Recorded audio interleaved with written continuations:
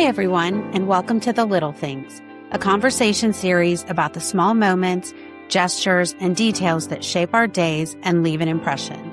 Sometimes that's a quiet ritual, a handwritten note, a moment of connection, or a spark of creativity. This podcast is about those moments and the people who understand just how much they matter.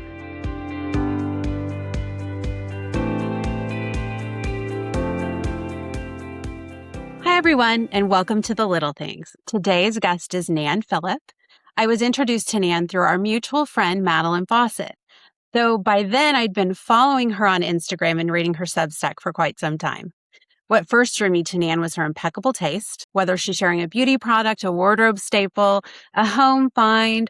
Everything basically feels so intentional and thoughtful. I really enjoy following her. But beyond her eye for beautiful things, what I appreciate most is how real she feels online. Her recommendations feel less like things she's trying to sell you and more like things she's excited to share. Through Instagram, Nan's Notebook, and her podcast, Noteworthy by Nan, she's building a community around thoughtful recommendations, personal style, and the art of paying attention to the things that make everyday life a little more beautiful. Today, we're talking about taking the leap from a career in PR to becoming a full-time content creator, learning to trust your own tastes, living in New York City, and the little things that make life feel fulfilling. Welcome, Nan. Thanks for having me. I'm so excited to chat. I love it. I'm so glad you're here. Before you became a full-time content creator, you were working in PR. What was the moment that kind of made you say, okay, I'm ready. I'm closing my PR agency and I'm going to do this full-time?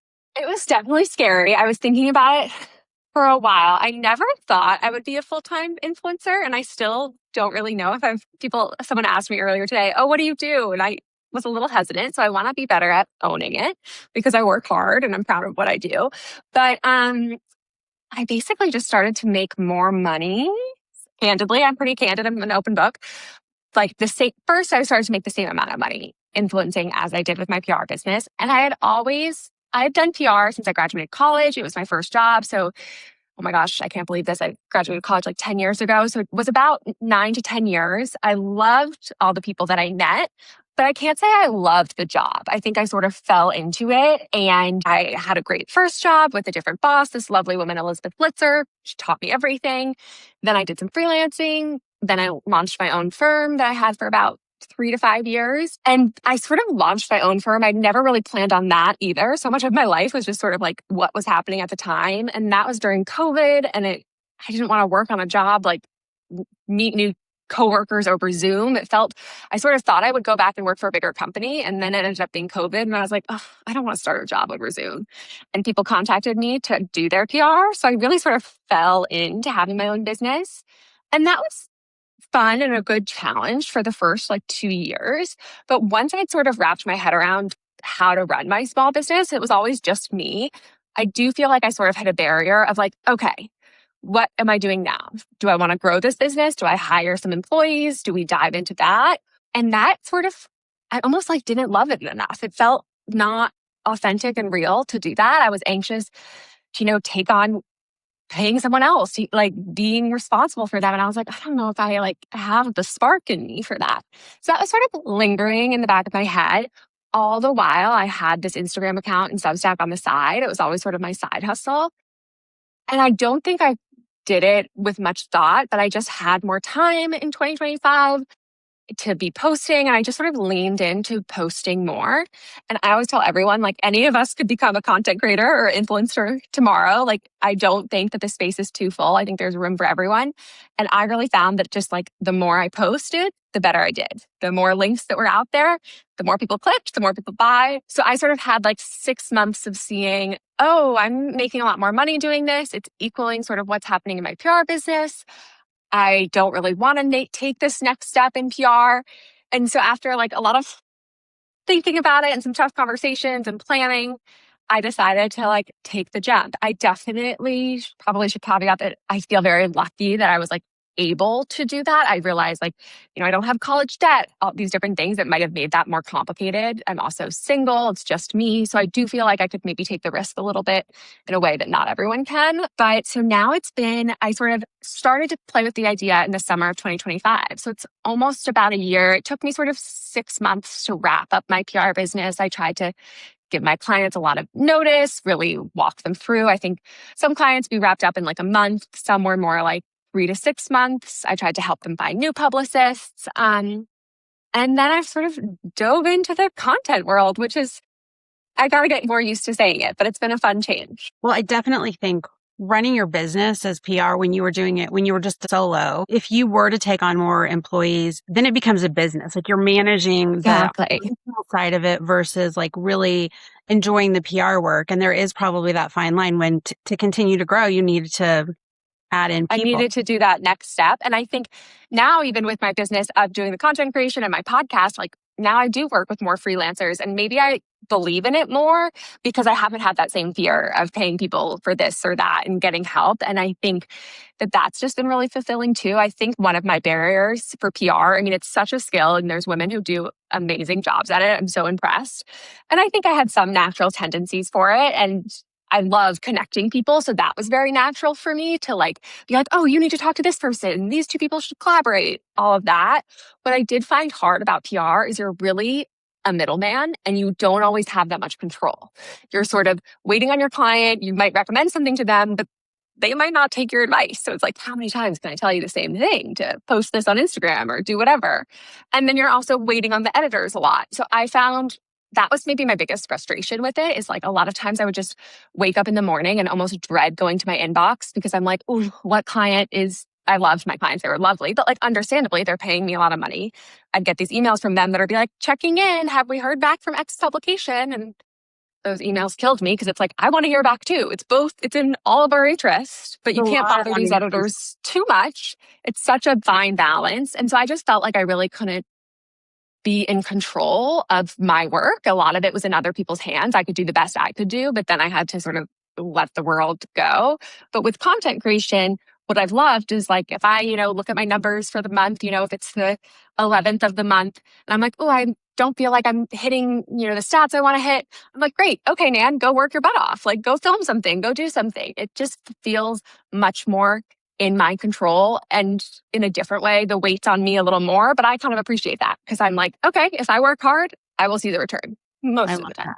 No, that's great. And you, by any stretch, I think it's probably more work than when you were in PR, right? Because it's basically 24 hours. You're in control of your own destiny. Never stops. You're Yes. all the time. Like any opportunity, night or day, could be an opportunity to film something or share something or where you are or what you're doing. It's like that is really hard for me. I mean, I have to say I like never post and I try and people are like, oh my God, you did this really fun thing. I'm like, I didn't even take a picture. Like, it's hard. I mean, it's comical because I'm like taking pictures of my outfits, doing all these things, but then I go and see friends and I sort of try to keep my friends off of my Instagram unless they have accounts that I want to help promote.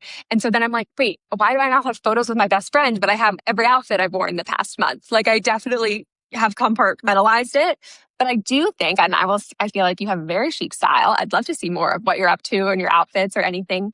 It is like a muscle that you have to really flex. Like you have to just get more used to it. It starts to become habitual. I still feel awkward, like talking to the camera. I mean, nope, that is not normal. None of us should be staring at a phone, talking to no one. So it is this like outside your comfort zone thing that you just have to keep trying. And if I look back at some old videos, I'm sure like I cringe just at any of them. And I just try to not think about it too much. well, we are our own worst enemy. We're so critical.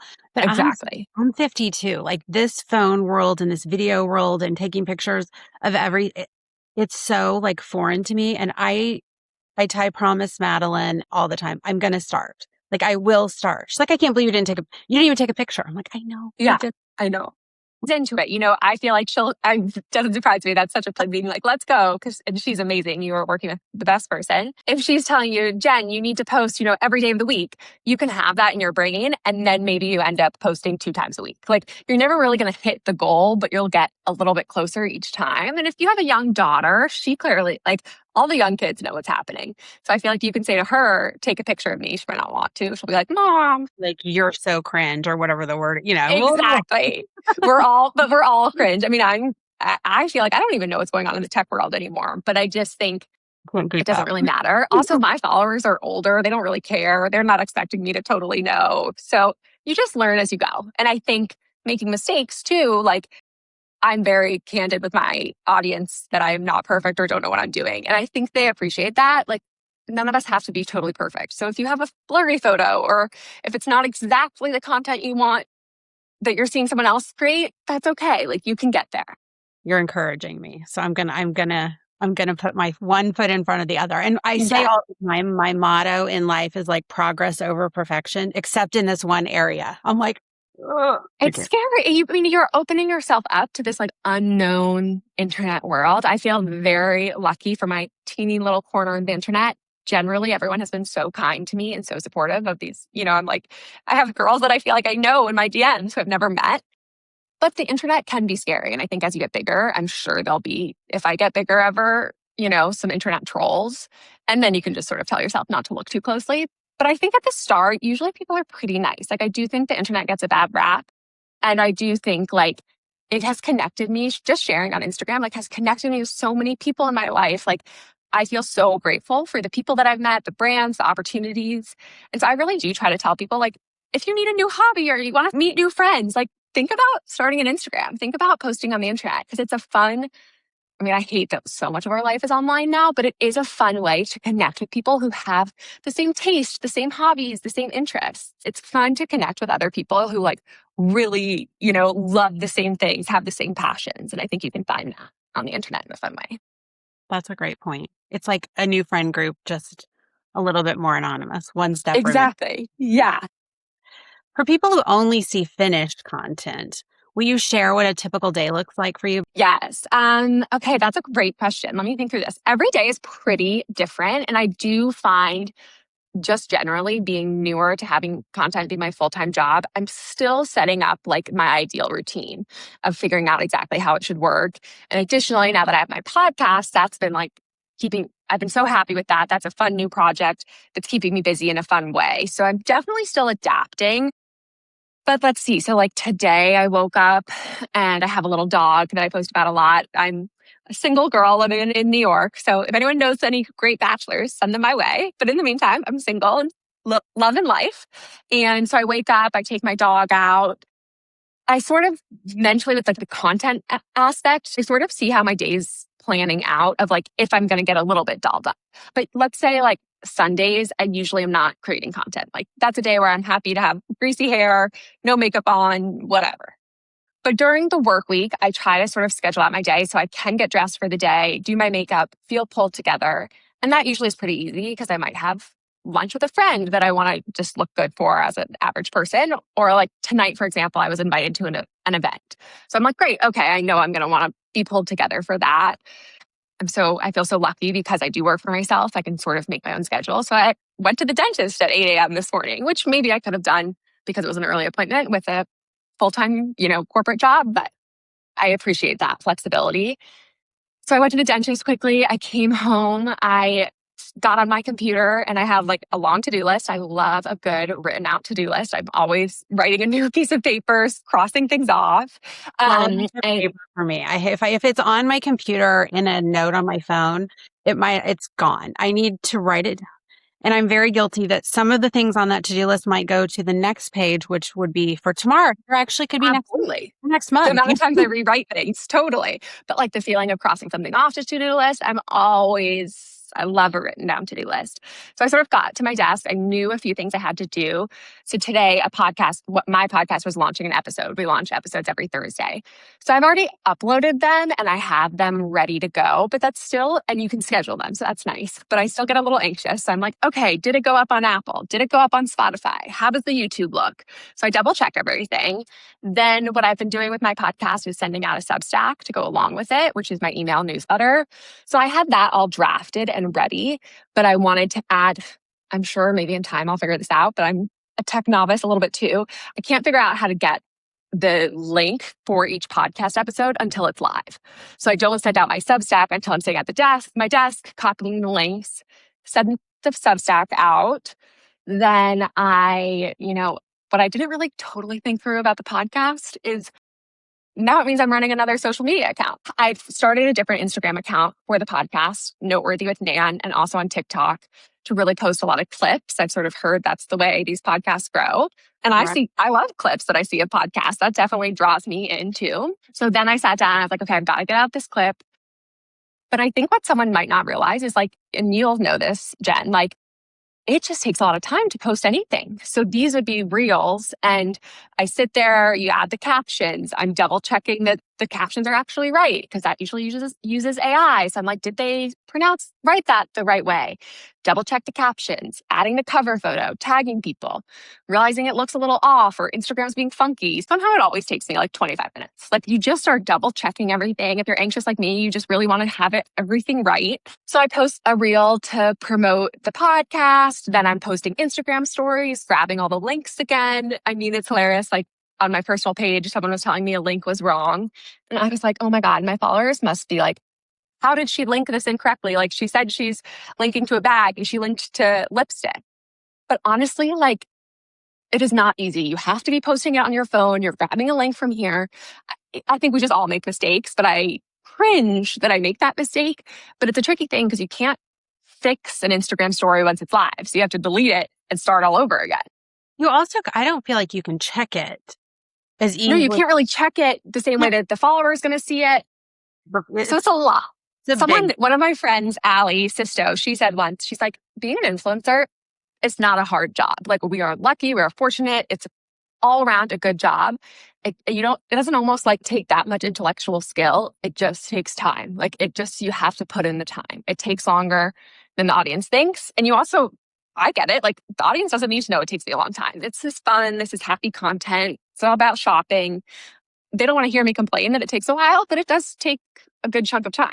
I do think there's way more that goes into it. And when you see that 10-second clip, it's like, oh, that just popped magically. Exactly. And it's not that way at all. And that's one of the reasons why I'm so intimidated to even put my little toe into some of that stuff. Because if it takes you 20 minutes, it would take me 2 hours to get it all together and the links. And then magically it would get deleted by the time I was ready to upload. Exactly. And I'd roll over and then I would say, forget this. It's not worth it. Yeah. But it does get faster. Like I feel like I'm pretty slow at doing my podcast clips right now because that's something I've only been doing for like a month. But I know I'll get better at that. I definitely feel like I can do my more outfit type content on my personal page quicker. So I posted all of that. Then I was watching the clock because now I've gotten into a routine of working out at 10 in the morning, which I'm a morning person. So that is like a little bit late for me. And so I used to think, oh, I have to go work out at like 7 or 8, get it done. I am obsessed with working out in the middle of the day. Like I love that it means I can get a little bit of work done. So I feel like I've already accomplished like whatever the big thing is that I need to do. I've had anywhere from because sometimes I wake up at 5:30 or 6. I might have 3 hours at my desk or just 1, depending on what's going on. But it means I can bang a few things out. Then I go work out. I hate to work out. Like I know there's people out there who love it, whatever. It is the bane of my existence. Like if I could be sedentary all day long, I'd love that. But I think the 10 o'clock time slot has helped me because there's no way I'm sleeping through that. There's no way there's no fighting with the alarm. Like I'm kind of ready to go. And at that point, I'm also kind of ready to get out of my apartment, breathe some different air, whatever. It's a good mental space. If you've been up that early, you're ready for a break and you have accomplished things. So you don't feel like exactly.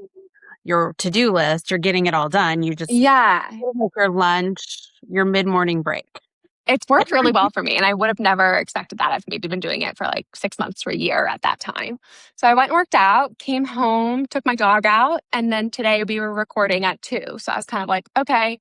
So I came back to my desk in my gross sweaty clothes and did a little more work. I was like, okay, so this morning I got the podcast, social media done.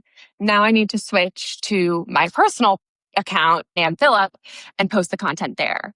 I've sort of dropped the ball last month on my personal content and was leaning into the podcast. There was so much to do about it. And I was like, I still need to be putting out my regular content because that's where I make the money. I didn't realize you had a separate account for the podcast, so I will hop on it. I do. Oh, please follow along. It's just Noteworthy with Nan. In hindsight, maybe they should have been the same, but I think that they might be different audiences in time. I just didn't want to cannibalize one for the other. So I came back to my desk and I was like, okay, let me get some links out for today, give my usual content. So with my influencing world, I make the majority of my money from affiliate links, which is where I make a commission from a sale. So if I were to link this sweater and let's say you went and bought it, I might earn, a 10 to 20% commission. I have a pretty small following for like the world of influencers. I'm around like 20,000 followers, which is blows my mind. I mean, I feel like I only know 50 people. Like, I'm like, how are there that many people? I do feel lucky that like my followers seem to really trust me. And also they're like me, which is probably how we found each other, and they shop. So I do feel lucky for my follower count that they use my links and they're buying things. And that I'm so grateful for that. But hopefully I've also earned their trust. Like, I really only want to recommend what I love, what's a great product. I love to shop, but I also love to research. Like, I don't want to waste my money on something. I'm happy to spend a little bit more if it means I can have it forever. It's really well made, all that stuff. So that's really, I think, like giving that background information is where I win some of my followers over, I hope, or I know they appreciate that. So I came back to my desk and I was like, Nan, we got to be making some money so that we can pay for the podcast, all those things in time. Hopefully, maybe the podcast will become its own revenue driver. But so then I just posted a few links on my Instagram stories. So for me, that's usually, I think I probably posted like 7 stories. Typically what I do, and everyone does this differently, is what I posted today was all outfits and things I did yesterday. I usually post everything a day late. And that just gives me the time to get the right links, have it feel presentable, have it feel like a bit of a story. So I did all that. I showered, did my hair, did my makeup. Now we're recording. So that was sort of my day today. I'll go to an event later tonight for a brand and another influencer. But tomorrow, I don't think I have anything on my calendar. So like today was a little more booked. Tomorrow's more free. So probably tomorrow, because it's more free, I'll try to like go shoot an outfit outside or create some different type of content. So it's all over the place. Like another day, I think what's maybe a little bit different about my schedule is like on Saturday this weekend, I'm recording 2 podcasts. So sort of to your point, like I'm not quite I don't really have healthy boundaries with my work hours quite yet. And I definitely don't work 24/7, but I do work every day. I have not gotten in the routine of giving myself like a good Saturday, Sunday break. Well, I think one thing about recording a podcast is you want to get certain guests. And so you're willing to be flexible based on their schedule. You do it live. So, maybe it's, booking space or studio. It's not live, but we do it in it's in person. I have the guest come to me, which has been its own challenge because it's like, I want an apartment, or do you have a studio space? I'm renting a space. A friend of mine, Sarah, has a beautiful office. She's an interior designer, and I'm renting a room out of her with her space, which is great. Initially, I thought I'd do it from home, and that would have been great in its own way if I didn't have to pay for a space. But all the lighting equipment, I mean, we really built out a studio. We have 3 different lights, 3 different cameras. It wouldn't have worked. Yes. So eventually I would love to get to that. I have a hard time with that right now because I'm all over the place. Like I'm in St. Louis, I'm in North Carolina, I'm in Florida. I'm not in one stationary place to say, okay, I'm going to be XYZ. I'll rent a space and knock out 5 podcasts. Right. So right now doing it online works for me, but I would love to learn more about renting a space and what that's like and how that works, because down the road I'd like to do some of that. Yes. Well, when you get there, I'll send you the whole list of what we bought for B&H photo, like all the things. Amazing. Yes. I need all the kit and the tools and the things. Yes. I've put together a team, which I'm so grateful for. Like I have this great guy, Drew, who does all my tech. And there's another gal, Julia, who's sort of my producer, sort of second brain that's helping me. And without them, I would be lost. But it's been fun. It was a challenge to find them, but I learned a lot through finding them because I was also reaching out to, in New York, there's places that you can just rent time in a studio. There's lots of different options. I am happy I built out my own, but it has caused its own things where I'm like, oh, I love to go to Maine in the summer and spend some time with my family. What do I do? Should I do a remote podcast there and record with someone the same way you do, Jen? Or is that going to mess up my cadence and look a little different? So I'm still figuring it all out, but you will definitely equally figure it out in time. Like I could see for you, if you build out your Florida space, which looks amazing, and maybe that's where you record, when you plan it far enough in advance, you could book out like 5 people in a week and just bang them out. And that's been interesting too for the podcast though, too, because you're sort of like always 5 steps ahead. You're recording with someone, but it's not going to come out for 2 to 3 weeks. And it's a lot of moving parts. It is. I mean, it's great. It's been an incredible learning curve for me, and I love doing it, and I love meeting new people. It's just all those little elements that you're speaking of that go into it. I'm like, hold on, I got to think about this. Like, Yeah, what? But it's good, and I truly enjoy it. same. You are so strong and have a really great established Substack and your Instagram and your ShopMy and all those wonderful followings that you have. What has the interview format done, and how does that allow you to do different writing and creating visual content? What's the interview actually, how does that feel different for you? That's such a good question. I feel like I love having this opportunity. I mean, I am such a people person. Like, I can sort of talk to anyone. I love chatting with you, whoever it is. So I love talking. I felt what I don't love is writing. I'm not a skilled writer. Oh my God, you can go look at my Substack right now and you'll find grammar errors. Amazing. If anyone's You're looking, no one should be judging. It's all about, like, I think really, and I was planning on telling you this. One of my favorite things about you is, like, you're so real and authentic, and you have such a joyful personality that, like, no one's noticed. If anyone's looking, they're looking for, like, the links and the tips and the, what you've got going on, not a spelling error or a grammar error. And if they are, That's what they I hope. go away for a little bit. Exactly. I'm like, if that bothers you, you're gonna have to unsubscribe. I'm not the person for you to follow. But all that to say, when I was moving to being a content creator full time, I definitely had a lot of thoughts about, what am I putting out into the world? Do I really just want it to be shop? I mean, I love to shop. I could shop all day. No judgment to that. I think it's all good. It makes our world go round, whatever. But I do also think about, like, what impact am I having on the world in general? What mark am I leaving? And I think there's a lot more than just affiliate links and conversations to be had. And so I initially was like, maybe I could dive more into that on Substack. Maybe I'll have a Substack interview series.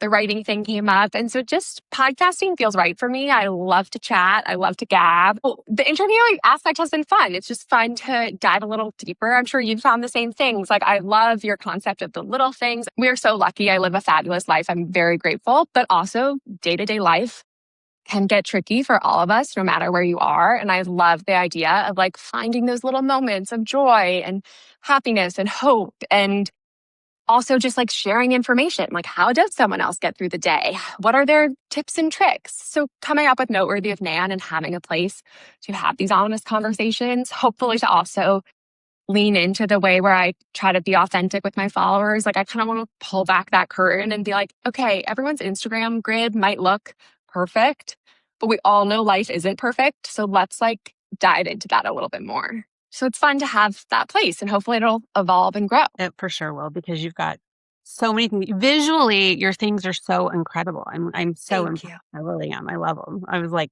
looking at everything. It's always great. I know you mentioned you have an event tonight, and I'm sure you get invited to tons and tons of things. Have there been dinners or events or things that you've really enjoyed and thought, wow, this is so cool. I love that this is my life now. I'm actually able to come and enjoy, versus, like, in PR, you're a lot of times the facilitator and, creating beautiful Yeah. events for people, but now you get to enjoy them. I think maybe that was something I did better in PR than I do in influencing. I am a bit more of a worker bee. Like, I love to have a task, a goal, a reason for things. So, like, when we used to sort of dreaded throwing events because it's so much work behind the scenes, you're just like the florist, the caterer, the this, that. That was tricky. But if I am in a room and I am there for a reason to work, I'm like, great. I can figure out who everyone is. I like knowing who's coming, knowing the event, the guest list. I was always very happy to, like, walk up to someone and talk to them because they had come to the event and sort of wine and dine them and whatever. Now being the guest, I definitely get a little, like, anxious and nervous. And I've been trying to train myself to be like, man, you know what you're doing. You can walk into a room and talk to anyone. It's fine.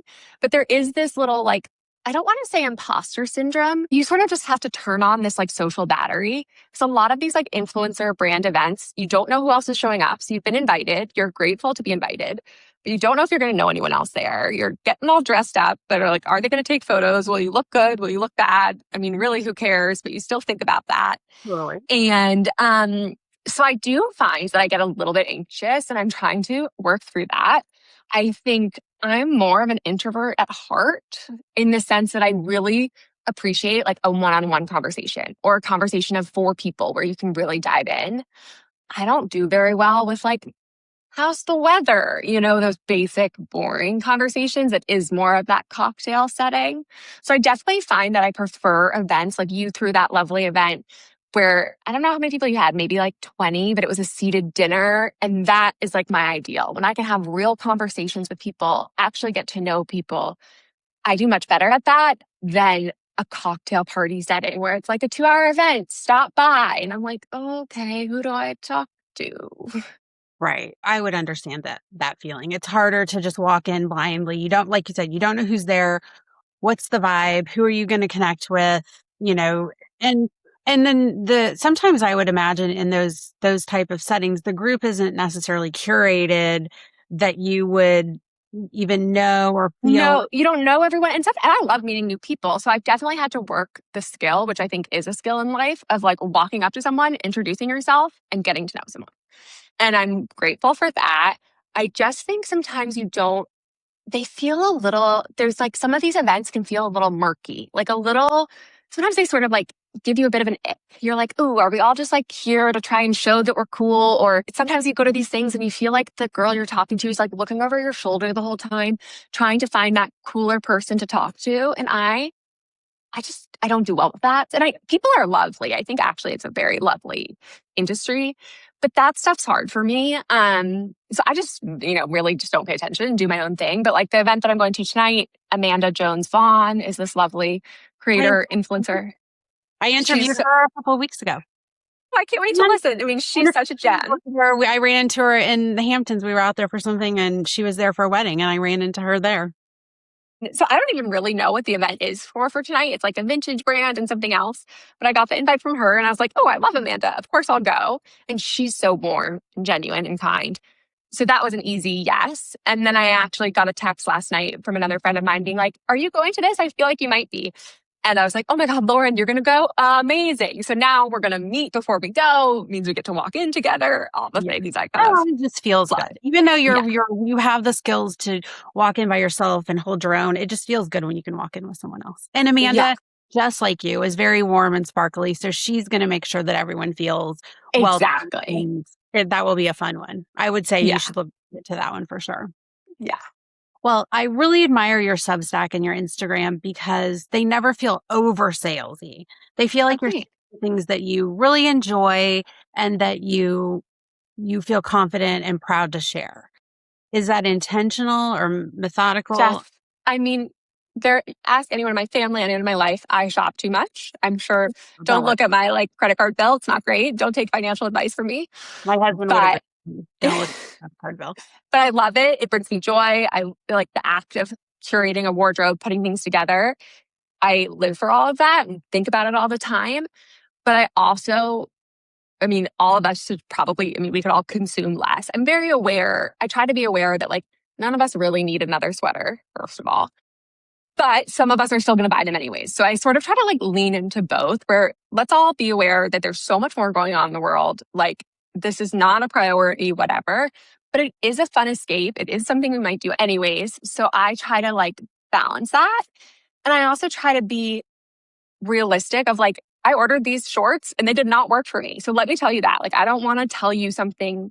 I try to be very honest. So I tell people like what I might be buying, but also what I might be returning and really sort of keep it real. And I think I also try to lean into, I am not some teeny petite model looking girl. Like I am tall, I'm 5'11", I'm an extra large.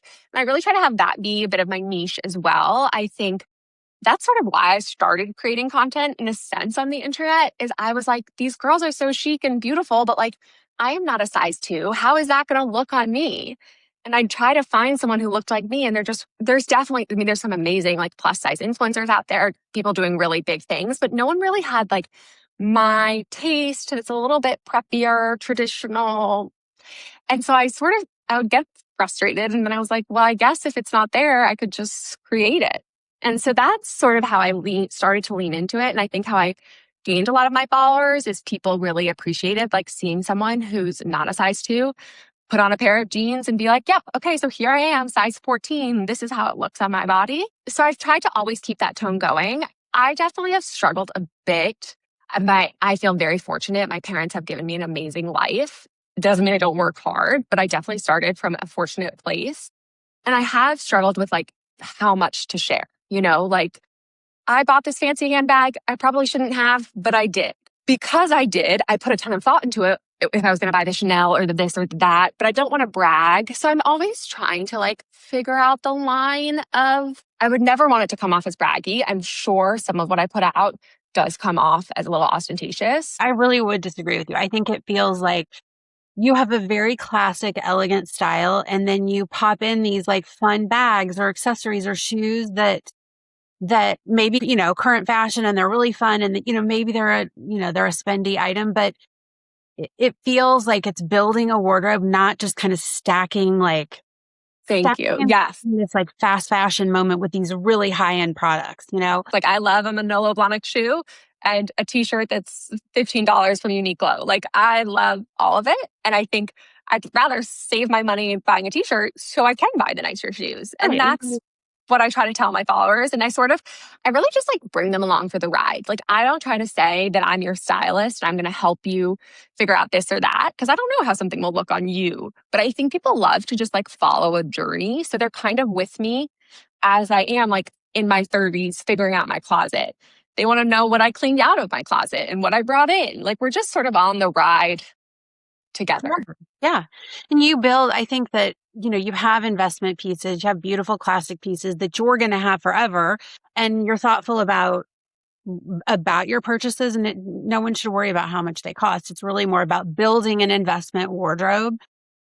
And, I love shopping. I love style. I love fashion. I love following the designers and the shows and everything. But I do feel like the flip side is it's very important because fashion and feeling good builds a lot of confidence. And, 100%. it's not just about the new thing. It's really about, in my mind, building a long-term investment wardrobe that you can wear, feel good in, come back to, travel with, not have a panic attack every time you're taking a trip because you don't know what to put in your closet and you have things you need to attend, but it's like, I got to go shopping and buy everything new. No. Oh my God. Like no one needs to buy new things for a trip. That's not my vibe at all, ever. And like, but I feel like I've learned that over telling people and figuring it out together and being like, so here's what I packed. And then I came back for my 3-day trip to Jamaica. And here's what I actually wore. So these 3 dresses that I packed, I shouldn't have packed. Let's all learn that together. Right. I'm an overpacker. No one can ever take a packing lesson from me because somehow when I open my suitcase, more is more. And I'm like, you just never know what's going to happen. You might need it. No, I'm not going to. But I try, even if it's for 15 minutes. I'm like, I'm going to put that shirt on and wear those shoes because I brought the darn things and they're going somewhere. They're leaving the suitcase. That's for sure. Yes. I've been there too. I kind of feel like the fashion world has become an echo chamber. I'll go through periods where everyone's carrying the same bag or wearing the same shoe. And suddenly like my entire feed is filled with that. It's painful. Everyone is looking the same. I hate it. And so then I do feel a little bit weird about it because I am so naturally like an oversharer. That's just how I go about life. Like if someone stopped me on the street and was like, oh, I love your dress. Like I would tell them where I bought it because I just can't help myself. But then I'm like, oh, am I adding to the echo chamber if I'm telling everyone else to buy the same thing I bought? But my style is definitely a little, like if people go look, they'll see I have more of a like particular type of style. It's nothing revolutionary. I think though, like we do not all need to look, it's too trendy. I think for me, I am not a trend person. Like I don't understand trends. I don't care about trends. And that's where I think people start to all look the same. And I definitely lean into much more sort of like, I want to wear things that flatter my body. And that learning what that is has taken me time. And so that's also learned to like, be like, that's great that people are really into like little mini dresses, whatever. I am never going to wear that at 5'11". So I'm not even paying attention. And also I'm like, my true goal with my closet is to have things that I can have for years and years. Like just today when I was posting my outfit that I wore yesterday, I posted a Goyard bag, which I have truly had for maybe 14 years. Like that was the first fancy thing I ever bought. It was my gift to myself from graduating high school. And it was like, my parents thought I was insane. They would never spend that much money on a bag. And I wanted it so badly. It was this whole thing, but I love the fact that I still have it all these years later. It's definitely torn and tattered, but I don't mind.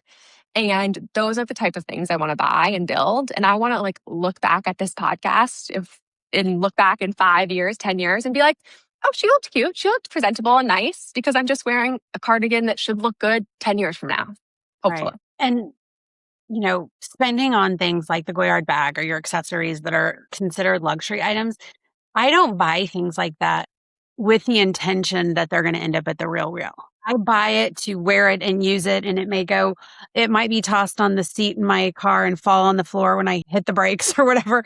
I mean, I'm living it and using it, and that brings me joy. I try not to buy things that are kind of museum pieces in my closet that I'm going to wear once a year, We are the same on that. I feel bad about. Then I'm like, I want everything in my closet to be like, I'm wearing that. I could wear that tomorrow. I'll pack. Exactly. And that's more what I clean out. Like if you like all this stuff, we mentioned it on my podcast recently. There's this app called Index. I've got to see how they spell it because they spell it in one of those like millennial ways that's not real letters. INDYX. Okay. And it's like Cher's Closet. You can catalog your whole wardrobes. You put in all the items. And then you upload what you wore that day. So you upload all the items into like a calendar. The reason I really like it's totally a waste of time. Like I should be scrolling on dating apps instead of doing this probably, but I try to do both. It takes all this data and then starts to tell you what you're getting your like best cost for wear from. So you can see like cost per wear person. I live for that. I'm like, yeah, okay, I did spend a lot of money on that piece of jewelry or that bag, but like, oh my God, I'm wearing it every day. I mean, I have jewelry now that I've had a very, very long time that I'm like, well, this is like pennies now because I literally wear like these earrings. I wear them every day. I don't have it, like they were an investment. They're beautiful. They're timeless. I will have them forever and they will, go down to my daughter when I'm no longer here. But my cost per wear is like excellent. And I love it. And it feels so good. Like it's one of my friends, Elise, who's a stylist, this great gal, Elise, she helped me a few years ago on a few things. And one thing she really helped me realize is like, because I am a shopper, she was like, Nan, I feel like you want the Kelly bag from Hermes. You're not buying it because you're telling yourself it's too expensive, which obviously it is expensive. But she's like, instead of that, you're buying so much quantity because you're sort of trying to fill that void. She's like, if you just stopped shopping at J. Crew for like a few months, you would have the money to buy that bag. Like she really taught me and put a good mindset in my brain of like, hold on, like let's buy less, but better. And I found that to be firmly what I'd always believed, but I sort of needed an outside perspective to be like, oh, wait, let's do that actually. Let's stop like spending $300 here, $500 here. Let's slow down and buy the things I really want, but then I will wear it to death. Wonderful philosophy. And I try to do the same thing, but I do get confused when I see like how many cute raffia bags do I need? Jennifer, I want to buy every raffia bag. Me too. And I still do. This whole thing, I'm like, stop yourself. Like you need no more. You've already bought the ones you love. Do not be fooled that every season there are a new one. Or you can't have them all. And that's very hard for me. I'm like, but they are kind of classic. And this one is a twist that I just can't get rid of. I love it. I can't move on. And I try not to. I take pictures of a lot of things and then come back to it. Like I don't buy it right away. I'm like, okay, if I'm still thinking about it in a couple of days, if I scroll my pictures, I'm like, you know what? That really was something I feel like I need. I'll buy it. I try not to buy right on the spot. Same. Anything I buy on the spot, I regret. Like it's not good. Yeah. I mean, I'm not going to say that it stops my impulse control because some of that still it feels impulsive, but it does kind of measure me a little bit and say, you know what, it's not as great as I thought. Or I ended up seeing it, I see it online and then I see it in person. I'm like, you know what, delete that. Not good. I try to make myself, I feel like, okay, I live in New York City. I can basically find anything. Also sort of shopping's my job. So I'm like, no, Nan, if you want that, if you're going to spend a lot of money on it, or even not a lot of money, like go try it on in person, go find it, take a picture. I think I'm a salesperson's worst nightmare because I try it on, I take photos and I leave. And then I like buy it weeks later. I overthink what I'm buying, but I enjoy it. So I don't mind.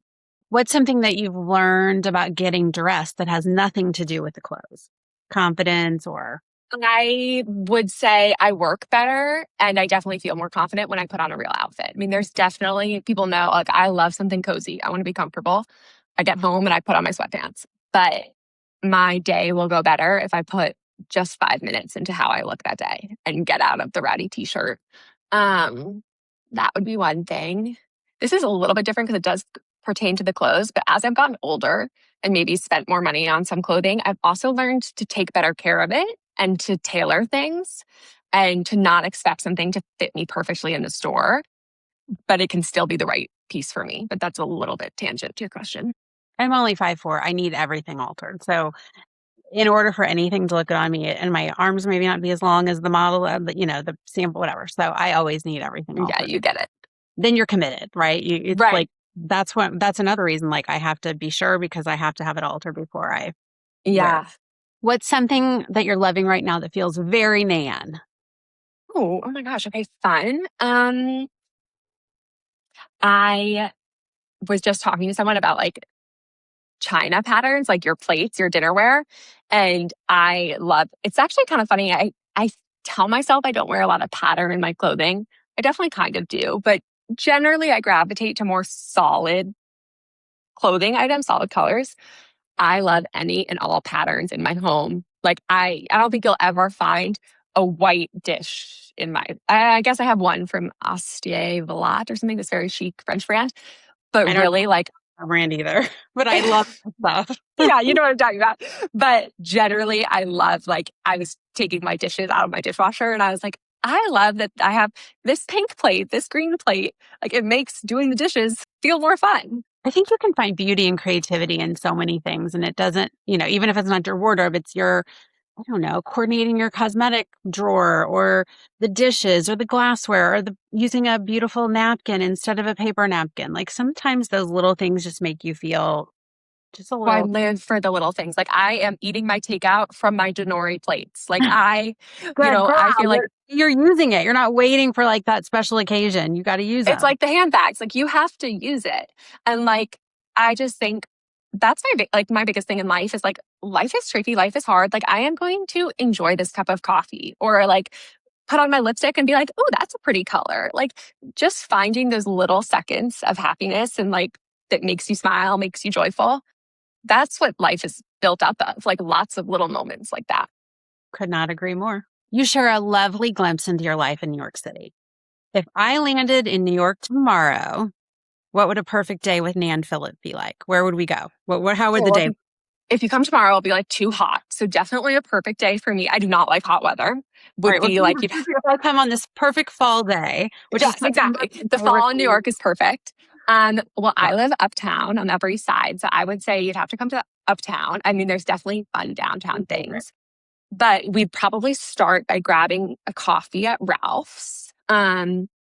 I'd love to say like I had a local coffee shop that I supported more so than the Ralph Lauren of it all. But they just right now are doing the best. Like if someone wants to come and open something up for us up here, downtown, they have all these good, cool coffee shops. Like we need a Jack's. I love Jack's coffee. We don't have one uptown. So we start with the coffee. Then we'd probably walk along Madison Avenue. There's so many good stores lately. It's like we'd stop into Am Mashburn, we'd stop into Laline, Doen just opened. We'd maybe go all the way up to like Alex Mill, Neely Lotan, all those things. The Neely I'm, Low set I need right now because it matches one of my. It's a brown bandana set. It's like ooh, chic. chocolate brown pants and top, and I need it because I have a great summer handbag to wear with It goes it. with it. Love. There's a beautiful outfit. I got to get that set. See, if you're still thinking about it, then it's a good purchase. So we'd go to all those spots. I'd love to say I take advantage of like the museums in New York. I really don't do that enough. I do it when people come to town. I'd like to be better about doing it on my own routine. So if you wanted to, or if something good was showing, we'd maybe go to like, the Met for something. But that's sort of dependent on the calendar. I love Central Park. So maybe we'd like walk through Central Park at some point, or maybe we'd have to come back to my apartment, pick up my dog to take him out for a little walk. I'm basic in the sense that I love going to Ben Bar on the Upper East Side. it's gotten really hard to get into. The TikTok of it all has really blown it up. So TikTok hopefully you'd be messes up visiting. a lot of things in terms of a line and a queue and accessibility. I It's do like, not like a line. Like New York is full of lines, and I really like. I was downtown, and there was this line outside of Mimi's frozen yogurt. uh-huh. No, like the store hadn't even opened yet. This was yesterday morning. I'm like, no, no, no, we're not doing that. But my little secret tip, don't ruin it, TikTok, is to go to Bemelman's at like 3 p.m., 4 p.m. on a weekday. And so you're just prepared. Like, are you going to have a cocktail then? What else are you doing? Get your work done. And then that's a good way to get in. So I would maybe do that. I also, of course, love something like on the total opposite end of the spectrum. I love JG Mellon for just like a good burger, Me too. Diet Coke, pay with cash, old school. Those would be some of my spots. Oh, Zittimer's. I love Zittimer's. We definitely stop in there. We haven't run into each other because I go to all these places. Like I go to Zittimer's like it's, they have everything. I find new things all the time. They have some of my favorite European like drugs and creams and this and that and brushes and things. I mean, It is the best pharmacy, but it's not even a pharmacy. It's really like a department store in the whole world. I used to live in the West Village, and I also love C.O. Bigelow, okay, but that has sort of like a cooler vibe because it's a little more old school and it's like wooden, it's dark wood and it's sort of chic in a different way. But Zittimer has more options. oh my God, I can't So leave good. there without spending hundreds of dollars on God knows what. But when I get it home, I love it. It's not like No, not it's like good a stuff. beauty, I don't know, beauty place. And then you load up on stuff and you're like, I'm never going to use this. Why did I get it? I always use the things I buy there. Me too. I love it there. Where do you go when you need inspiration? Oh, that's a fun question. I think in New York, where I go when I need inspiration is I just go for a walk. Like you can be inspired by, I love people watching. I just love it. Like there's so many people moving around doing different things. So I think for that, I would just grab my dog and we would go for a walk. We'd find our way to Central Park, but you'd also go on all the other streets, get a coffee. And I think I can just be inspired by seeing what everyone else is up to or wearing or doing. And I adore window shopping. Like, oh, same. One of my favorite things to do in New York, and my husband and I do this together, we'll have a great dinner. We're early birds, so we kind of like to eat a little bit early. Me too. And then we'll put our tennis shoes on and go for like a 30-block walk. And even if the stores aren't open, like I love looking in the windows, and then I really pay attention to this displays. I'm like, oh, I need to go back there tomorrow. Like, and you've gotten a workout after dinner. You don't feel so heavy after eating so much because I can't help. Love that. Great restaurant, so you get a good walk, you get window shopping. I get inspired by that. And I think the other place in New York where I never fail to be kind of inspired and feel very creative is Bergdorf's. I'm honestly sort of surprised we didn't say Bergdorf's because that's also one of my other, anytime a friend comes to town, like we'd sort of do that the next day. Maybe we'd have to go have lunch at Bergdorf's up on the top floor, beautiful views. And then we'd have to go through all the floors. And like, I could just not buy anything and see it all, but best shoe department in New York City. Like, it's so good. I agree. Well, I have to ask you now because his name has come up a few times. Who's Fitz named after? My crazy little dog. So his real name is Fitzgibbon, which is quite a mouthful. And I didn't quite think through that when I named him.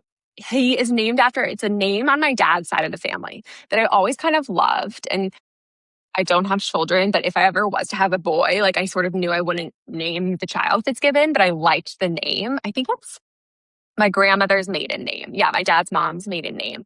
So I just always loved it.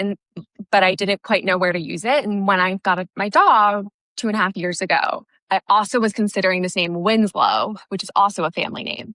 And I really liked that, maybe even a little more. And I was telling people that was what my dog's name was. One of my best friends, she's so cute. She even bought me like a dog bowl that was painted like a ceramic dog bowl with Winslow, because then I ended up changing my plan. I was busy like needle pointing a leash for the dog, put in a W, and still proceeded to change my plan. So right before I got the dog, I ended up switching to Fitzgibbon because I didn't like the idea of a boy dog and having him be Winslow and then maybe being called like Winnie. Like it didn't feel like there was a nickname. So I landed on Fitzgibbon, which in hindsight, like if you ever get a dog, people will see you on the street. I have to say, he's pretty cute. He's a little cavapoo. And everyone's like, oh, he's so cute. Right after they say that, the first thing they ask you is, what's his name? What's their name? Yes, I have 3 dogs. Everyone wants. Yeah. And they always ask, of course, why? Why did you name? I'm like, I don't know. Yeah. It felt right. So it's a Yeah. little too much of a mouthful. People are like, Fitzgerald, what is it? Fitzy. It doesn't quite work perfectly, but he's also sort of kooky and crazy. And I always joke, I think he's like this fabulous gay dog. Like he's crazy, but he runs my house. I do whatever he wants, basically. He gets away with everything. He's such a diva. He And so owns then, it all. yeah. So the weird name like kind of works for him.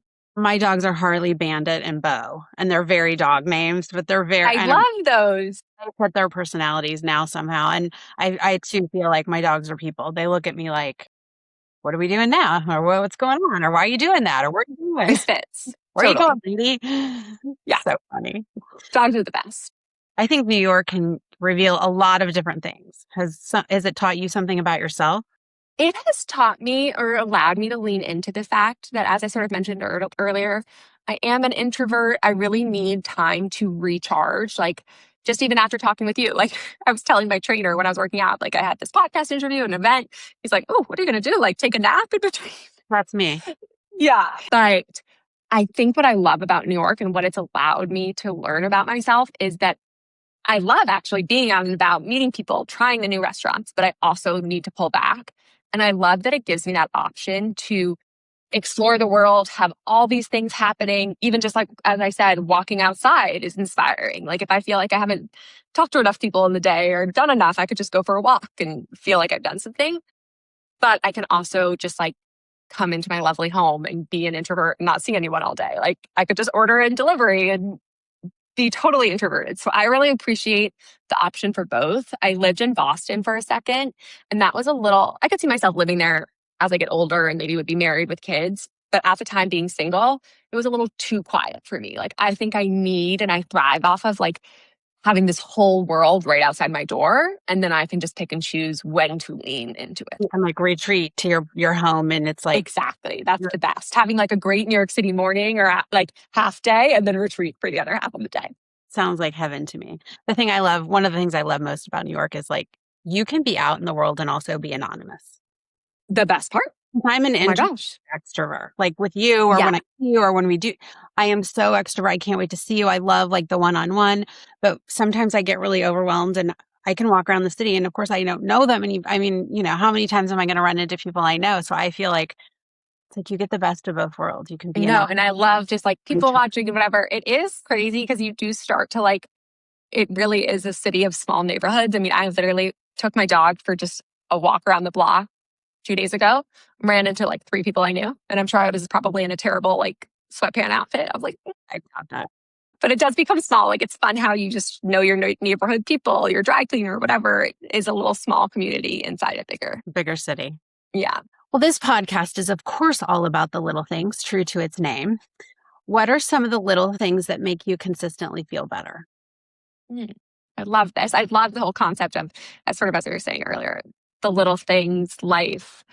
I love, I mean, I have no green thumb, but I love flowers. I love anything that's like blooming and alive. And even when I was walking on Lexington Avenue, which does not have a lot of living, beautiful things, I like stopped to see these pretty roses outside of a church that were growing. Or if it's me buying, flowers at the bodega, anything like just having some pretty flowers instantly improves my mood.